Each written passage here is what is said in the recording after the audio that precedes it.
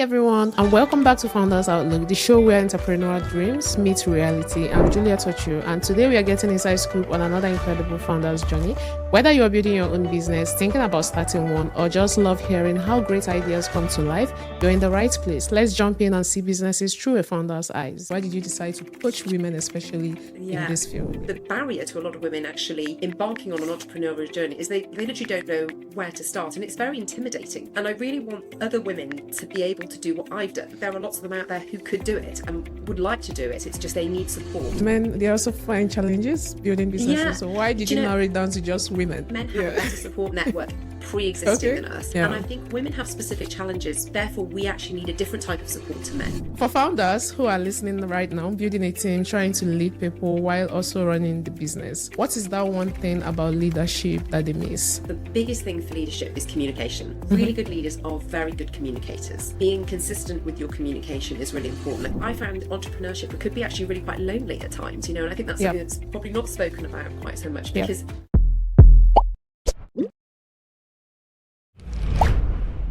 Welcome back to Founders Outlook, the platform where founders share the real journey behind building their business. Today with a special guest, I'm your host, Juliet Ocho. I've been looking forward to this conversation for a very long time. I'm here with someone who has done it all and seen it all. She started her career in dentistry, then joined the British Army, trained as an officer at the Royal Military Academy, Sandhurst, served in operational environments, led teams under pressure with limited resources and extremely high stakes. Then motherhood, everyday frustration, problems with no solutions. So she invented one. She built an international consumer brand from a personal problem into a global recognized product. She exited successfully, and now she is helping women, women founders. Along the way, her work earned the King's Award for Enterprise in Innovation, the highest business honor in the United Kingdom. So today she's here to give us insights into her business in coaching ambitious women founders all over the world through Rachel Wood Business Coaching and the Founder 360 program. Hi, Rachel. How are you doing today? Hello. Yeah, it's lovely to meet you. Thank you so much for having me on. I'm really, really excited to be here and tell you a little bit about my story, although you've done a really good job of giving everybody the lowdown. It's been quite, I was talking to somebody the other day and I was like, my career has had a lot of zigzags, which I think when you read a CV, it sort of sounds quite wide, but actually I think ultimately your career zigzags for reasons, and your life takes you in certain directions. And so by having a career that I've done multiple things, I think actually sort of sets me up for sort of well for what I'm doing right now. And I think it's always, it's always good to turn the page and there's always a new chapter, isn't there? True. And now you founded a coaching program, which is called Rachel Wood Business Coaching, where you're helping women make high stakes decisions with clarity, courage, and confidence. Can you take us back to the beginning? Why did you decide to do this? Why did you decide to coach women, especially in this field, in their field? So it's a really great question. So if I sort of take you back to sort of the beginning of my entrepreneurial journey. So I basically came across a problem and I really wanted to solve it. When my children were young, and so I sort of set about on this journey to create a novel product that hadn't been designed or built before, and then subsequently launch a business, build a business, scale a business, and then ultimately exit a business. And that was a really, you just put it in a sentence, it sounds quite straightforward, but actually that's sort of a 10-year journey, and with a lot of pressure and a lot of stress and a lot of decisions that go into that sentence. I think for a lot of women, and especially me, because I've had a varied career, I hadn't always started out in business, and I actually probably realistically didn't think I would be an entrepreneur, because my initial career, I started off as a clinician doing dentistry, and I was pretty happy doing that. But then I had very premature babies, and that sort of changed everything, because I needed to be with a career that was more flexible. I needed to be home-based. So my family dynamic actually really made me think about what I and my family needed more so than anything else. And so I really had to sort of pivot. And I was quite fortuitous actually that my daughters actually were the inspiration for my business. So I kind of feel like it's a nice circle to sort of square that sort of career pivot that I took. And by going through sort of, starting from literally, I didn't know anything about running a business, about scaling a business. I didn't know how to manufacture product. There was so much I didn't know. And you learn a lot along the journey, for Yeah. sure. But I didn't know who to even ask for help. And that was something that was really immensely frustrating, because I had family, I had friends, I had sort of, a wider scope of people in my network, but I didn't have many business connections, because my job previously had been in a large healthcare organisation, it'd been in the British military, which are quite large organisations. So you don't have really access to the entrepreneur business community, especially in the UK. So I believe that actually women are incredibly industrious and they're incredibly creative across a variety of fields. And I think the barrier to a lot of women actually sort of embarking on an entrepreneurial journey is they literally don't know where to start. And it's very intimidating, because there are so many things that you need to be able to do to set up a business and then keep doing it and keep pushing it forward. And I really want other women to be able to do what I've done. And because I think there are lots of them out there who could do it and would like to do it. It's just they need support. And so Rachel Wood coaching is really designed for me to hold your hand through the phases of business growth. So there's sort of three sort of levels of sort of program. There's sort of from initial concept. So these are people that are sort of launching their business. So if you have a business idea, if you are just about getting your feet, under the table and you've just started and you want somebody to come and support you. So the concept is that we will have a group of women who are all at a similar business stage. So we can essentially learn sort of collectively together. So there will be, if there's just a one-on-one coaching session like you and I, Juliet, we would talk about the problems that you and I might have. But if you expand that to sort of a wider group, so 4 to 8 people, for example, you're going to hear 8 different problems in that coaching session. And then you've learned how to solve those problems because we've discussed them in a broader. So I think the learning opportunity, if you have a group of women in a collective coaching session, is much, much greater. So your speed of assimilation is much, much quicker because there are a group of women in that lesson with you, essentially. And it would be sort of a weekly event where we would come on a call every week. Everybody would bring their problems, everybody would bring their wins. And then the other thing is that we'll help build this as a community. So if you're in a coaching group, you've got other women there who are literally doing it with you. So I found entrepreneurship could be actually really quite lonely at times, and I think that's something that's probably not spoken about quite so much, because if you go into an office job and you've got, a room of people, and, me working as a clinician, there was people in and out all day long, and, there was a lot, that the infrastructure is there. But if you are starting a business from zero, it is, for quite a lot of time, it's you by yourself. It's lonely. And talking about the coaching group, is it like, have you started it, and how many people, is it like one group for everyone, or do you have like a sub group? How is the structure? So it's literally launching this month. So we are great. Yes, I'm building it as we speak. So there are, at the moment, there are 3 tiers. Let me know when it's ready. Yeah. You should join. You should come. Sure, why not? Sure, I would love to. So there is sort of an initial sort of like the people with that concept idea. So there's a launch phase. And then the second group would be people that are a little bit beyond that. So maybe like 1 or 2, maybe even 3 years into their business, depending on how much time and effort they're putting into it. Because I understand that, when I started my business, I was still working full time as a dentist, because you can't lose your income to set up a business. So you have to kind of juggle it, and if you can start to scale it down so you're doing part time of the other while the other one scales up, then, that's great. So we've got this sort of like building phase where you might be able to spend more time on your business and you're getting revenue in and you're definitely growing and you're then thinking about scaling up. And then that tier is really designed to help women who are expanding and needing to put sort of more systematic business processes in place. So to make sure that their hiring is done as well as they can do it, make sure their accounting is, as well as it needs to be done, because as the business grows, it becomes more complicated and you need systems and processes in order that you can carry on driving your business forward.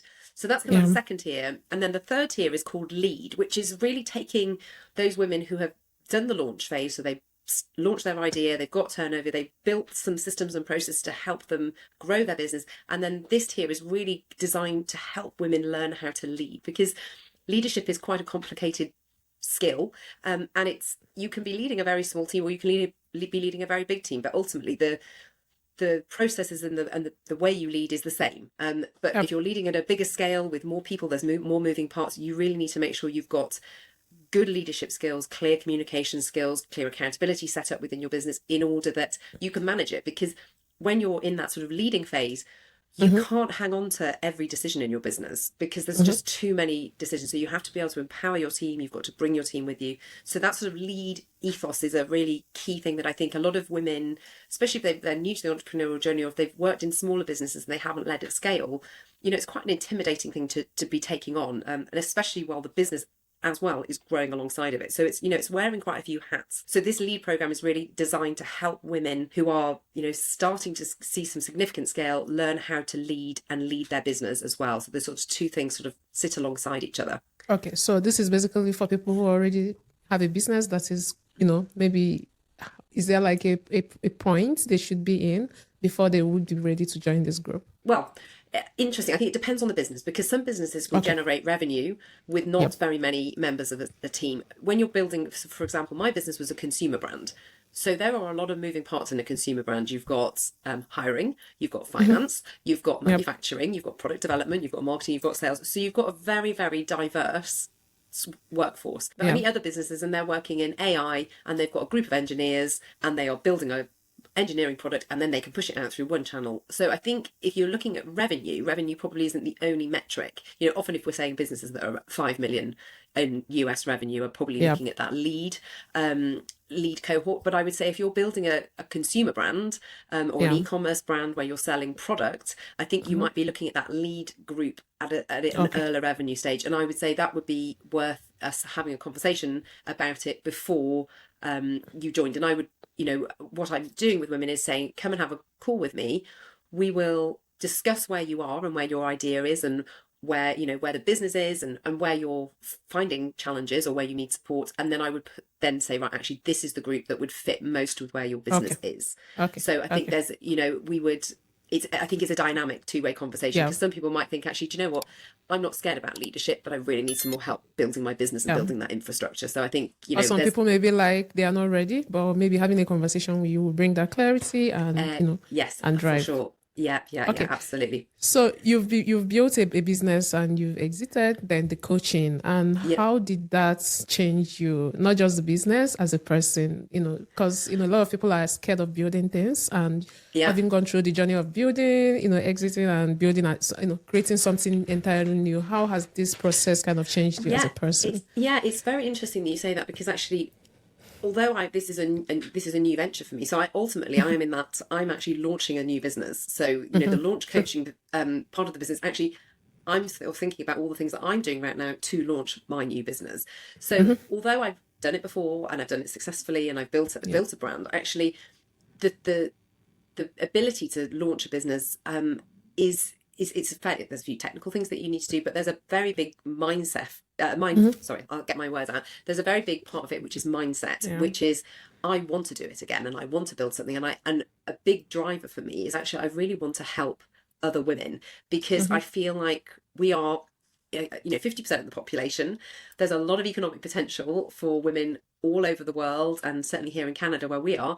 And I want to really support other women doing that. And I think business can feel a little bit of an intimidating space for women, I'd say in particularly. And I'm quite an empathetic person and I love to build people up and give people confidence and build success. And so to be able to support others to do that, it just sort of fills my bucket right up. So that's kind of the sort of reason why. And I think the change in me since I became an entrepreneur is that sort of dogged determination to make it happen. I think once you've done it once, you have this sort of belief that I essentially made a business out of nothing. There was no product there that resembled my product. It was completely new. A lot of people say to me, "Oh, Rachel, that nobody's going to buy that. No one's going to pay for that." Yeah, and they were wrong. So the fact that once you sort of think, actually, if it's something that you believe passionately in, and hopefully by having this conversation, you can hear that I'm pretty passionate about helping other women. I feel like this is a more straightforward career move for me. But I think it's definitely, I want to share that. I think it's sort of infectious optimism that business can be a really great force for good for other women. So that's something I'm really keen to pursue.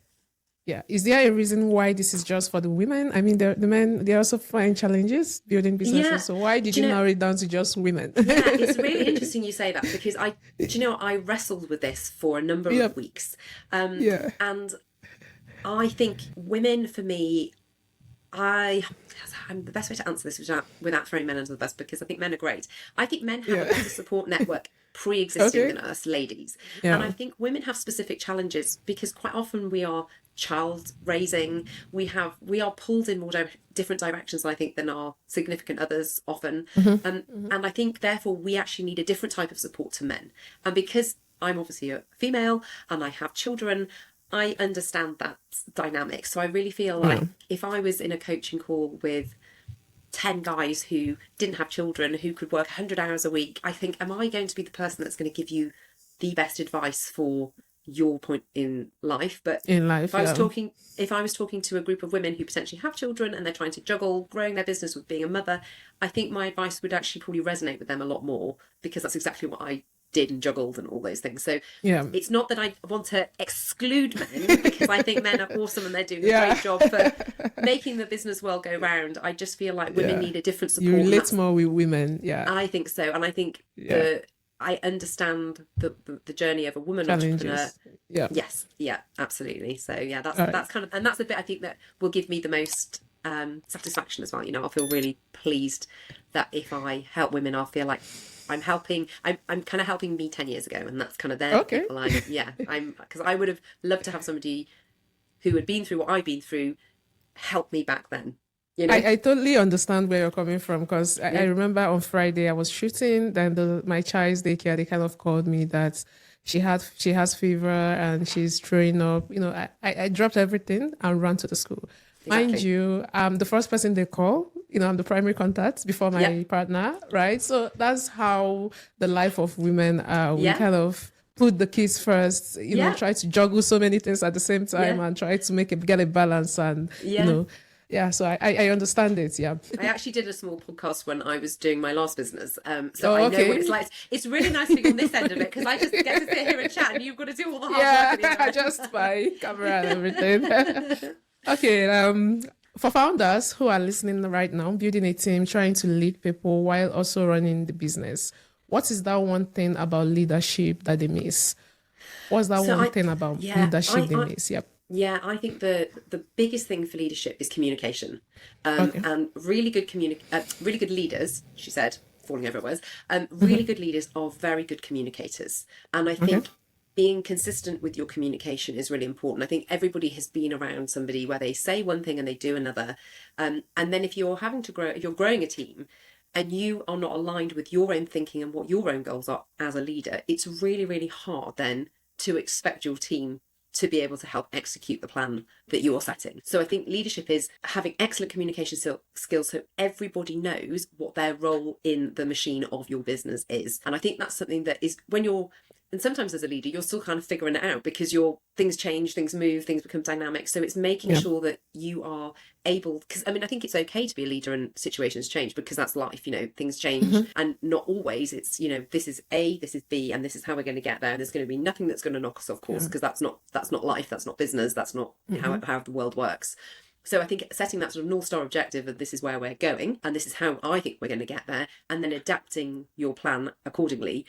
But also, whilst doing that, it's making sure that you effectively communicate the team if there is a slight change of tack, and keeping, I think, to keep people's momentum and keep their motivation is having that really good feedback loop of communication with your team. So I think that is something, and it's sometimes hard to do. I think actually women are quite good because we quite like chatting. So I think you can be a leader, a really effective leader and there's different styles. I think people get a bit nervous about the type of leader you need to be. Having served in the military, that was a very formalized leadership structure, quite rightly, because it's a big organization, and ultimately its job is, everybody knows what the military's job is. It's to protect the nation and whatever. So, the leadership structure there needs to be very robust, but that doesn't mean it. But it doesn't have to be cold. It can still be quite a caring leadership structure. And I think in business, it's you can choose a leader, and you don't have to be a cold leader that isn't empathetic and isn't relatable. You can be all of those things. And I think as women, I think that style of leadership probably really plays to our strengths, because helping and nurturing is something that comes very naturally to women, for sure. So I think if you see your role as a leader as a way of nurturing your team and helping them thrive, because actually you have a responsibility as a business owner with employees to develop them and bring them on and improve their skills. So there's definitely a really great balance between leading and bringing the team with you. And I think women are quite uniquely placed to do that very well, actually. So that's something I'm I quite think passionate about. women are natural leaders. So your Yes. path wasn't like on a straight line. You No. you did dentistry, the army, motherhood, entrepreneur, inventor, coach. Yeah. At each turn, life didn't ask your permission before it No. changed the plan, right? Which I of these know. pivots was the hardest, and what did it cost you to make it? Like, I know Yeah, making a pivot in life is difficult. yeah, I think probably the hardest pivot was Yeah. away from being a clinical dentist, because I really enjoyed it. I mean, I really enjoyed patients. I really enjoyed the job. I Oh, love changing people's smiles, and giving them, yeah. beautiful smiles. So that is a really rewarding job. And I think that sort of when you've gone through university and you've been trained, to give up it's a pretty high skilled job to stop doing, for the dream of entrepreneurship. So I think that was probably the hardest thing to do. But I think dropping it gradually, which is kind of how I did it, was probably a sensible way to do it, because I didn't just say, right, that's it, no more teeth. Yep. It's all entrepreneurship. I kind of scaled one down and scaled one up. So it's sort of, you can scale a business, but you can also scale your career up and down as well. So Yeah. I think that was probably the sharpest turn. But because I had young babies that needed Young me, babies, yes. And that it sort of, it worked. It sort of worked, and I was lucky that I was in a position that was achievable. yeah, and I asked you that because so many people, they stay stuck at a particular thing, maybe career, business, a chapter in their life, even if it's not working, not because they don't see the door, but because they don't feel they have permission to walk through it. What would you say to that person right now who is kind of thinking of, stepping away or pivoting to different things to make that move if they validate that is the right move to make? I think that's a really good question. And I think if you believe strongly enough in and actually the decision sort of, I had like a little decision matrix that I worked through myself, because I was like, it was a lot to give up.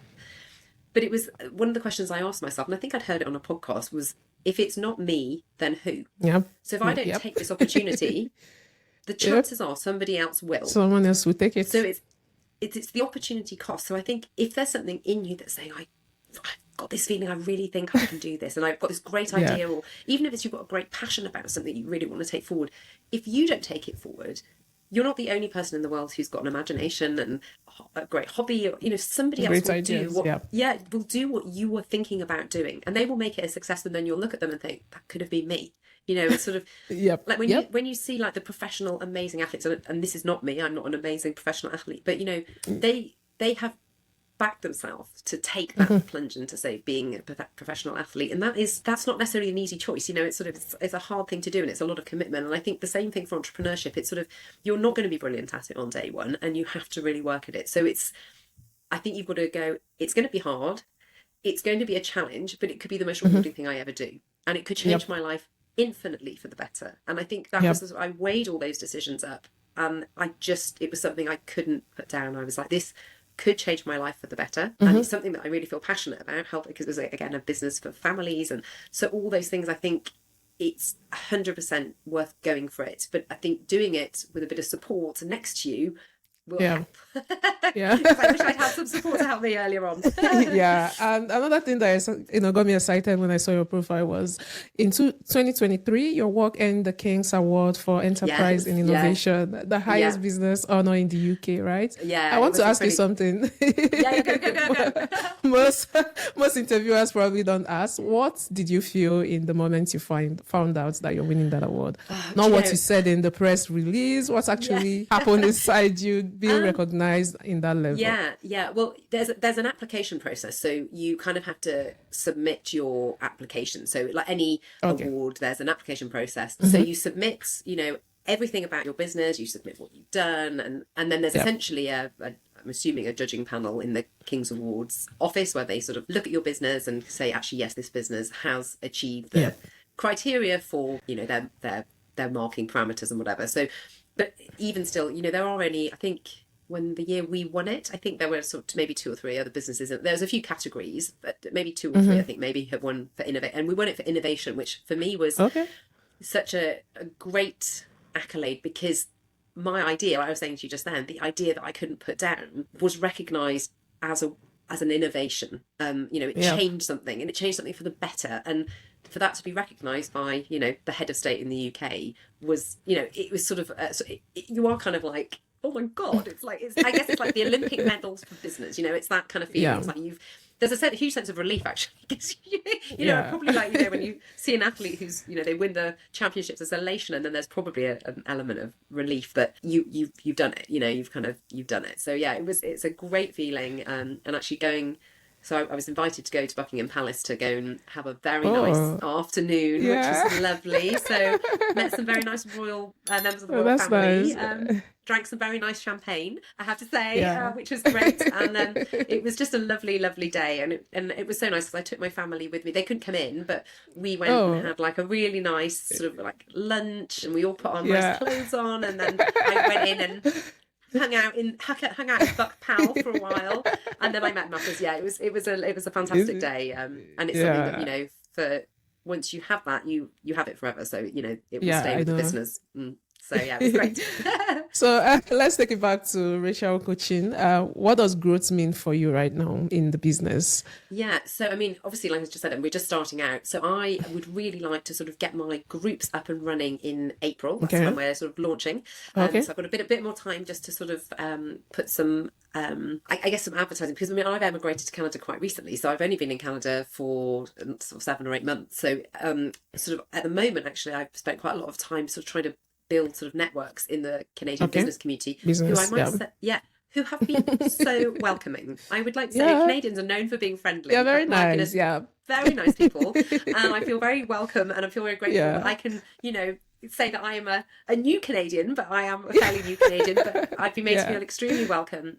So yes, and meeting the business community here actually, and sort of telling people about my journey and my plans, and I've actually felt unbelievably supported by the Canadian business community, so that's great. So growth for me really is getting my coaching program up and running, getting some amazing female founders on board to start helping them on their journeys, and really sort of the big goal I sort of set myself would be sort of by sort of 2030, which I know is quite a long way off, but is to help 1,000 female entrepreneurs launch, start and scale their businesses. So it's quite a big goal, but I think over the next 4 or 5 years, it's infinitely doable. And with the support of sort of great people like you, Juliet, giving me an opportunity to tell people like this. I think there are women out there who've got great ideas and great businesses, and they just need a little bit of support and just getting them on the right track and helping them push themselves forwards, because it's hard to do it alone. So that is kind of the big goal, is to get 1,000 women helped and supported, and financial and business growth on the back of it. So in this initial stage, are you focusing just on Canadian female business owners, or is it like a global movement? Yeah, well, the beauty of, the internet today is that as long as you can get the time zone from when the coaching calls will be happening, it's going to mainly be online. I'm sure we'll be doing some, I think as the business grows, we'll probably put a few in-person events on. But really what I was missing was sort of that sort of board level support, and actually almost having sort of like that week. So ideally we want this to be a weekly event. So you join for 90 minutes once a week. And I think we can put, quite a few females into that 90-minute call to get that support up and running. And then, we'll see them in a week to check that they are doing what we're saying and building their businesses, and that sort of accountability piece, which I think if you're in a bigger organisation, you would have a board of directors telling you to make sure you hit the goals and targets that you're setting. But as a small business, sometimes it's easy to drift and miss those targets. So giving yourself an accountability piece is a really important part of the coaching. So yes, coaching, I want it up and running in April, and then get women in to start helping them on their way. Yeah. So if anyone, maybe the audience, interested and excited about this, what you're building and wants to be on board, how best can they, reach out? Is there like a wait list? Is there like a form? How can they reach out to you if they are interested? Yeah. So first things first, LinkedIn is a great place to connect with me. Okay, so connect, connect on LinkedIn. Instagram, my Instagram channel is just launched as well, so I've kind of launched everything all at once. Not made it so not doing things by half. So I've launched Instagram, that is up and running, so you can DM me on Instagram, and my website is rachelwoodcoaching.com, and there's a sort of discovery call button where you can click that and you can hop on a call with me for 45 minutes. And actually everybody who contacts me, I would suggest we have a 45-minute call just to see where they're at, see what their what their goals and ambitions are, and then I will then see whether I can support them. And and then which coaching program would be most suitable for them. So that's kind of the discussion would be taking place. I rather do things, like we're doing, having a face-to-face call, because face-to-face call is always so much nicer than just a blank form on the internet. Connect. Absolutely. So yes, that's the plan, is just to get people in. But yes, by all means, contact me. I'd love to hear from you. Love to hear some ideas. I've actually had some amazing feedback from women already, telling me about their businesses, and some of them are amazing. So I've got some brilliant ladies already on board who have got great businesses. I'm really excited about them. Some of them are pre-launch actually, and some of them have just launched. So I'm really excited to see where they go. So yeah, watch this space. Join in. Is there anything about your business that I have not asked you you'd want the audience to know? Yeah, that's a good question. I think you've covered it all. Maybe I need to have an answer for that one, but no, I think we've covered all bases. Okay, Rachel, this round is the rapid fire round. First thing that comes to your mind. Okay. Ready. Nothing serious. Between failure and 1 second. Oh my God, it ran out of my mind, but I'll get it soon. Do it. What's that one advice you would give, founders on leadership that they often miss? Keep going. Okay. Keep going. Failure or fear? Which one do you think? Which one do you pick? I would pick fear over failure. 100%. Okay. Everyone's. Why? Why? Yeah. Because you could. Just wanna. Yeah, I think people actually have a fear of failure versus failure. So if you can get over that fear, you're not going to fail. But I think if you just see failure, it's hard to change the mindset. So I think fear is the thing that's holding more people back than failure, because if it's almost that stops you moving forward. So I think fear for me is that's that. interesting. Yeah. Okay. Yeah. One thing you would have done sooner if you knew what you know now. What I've done sooner. I would have got myself support sooner. That is because I think I realised how lonely and isolating it can be as a female founder. And I think the sooner you build a support network of women who are in the same space as you, because you can have a great group of friends that are external to running a business, but you actually really need fellow entrepreneurs, fellow business leaders that are in the same sphere as you to bounce your ideas around off and have support off. So you need a support network, and you need a professional support network. So that's something I really wish I'd invested for myself sooner. Okay. Yeah, for sure. So what does success feel like for you right now? Oh, these are good questions. I think success would feel like getting myself established in Canada as somebody who was recognised for being welcoming, encouraging, have some wisdom that I can share with other businesses, and building a reputation of helping produce and bring forward amazing women with amazing business ideas and giving them the opportunities that I've had. So yeah, that would be success. Yeah, and lastly, what's the last thing that made you laugh out loud? Actually, I do know the answer to that. I spend quite a lot of time laughing, to be fair.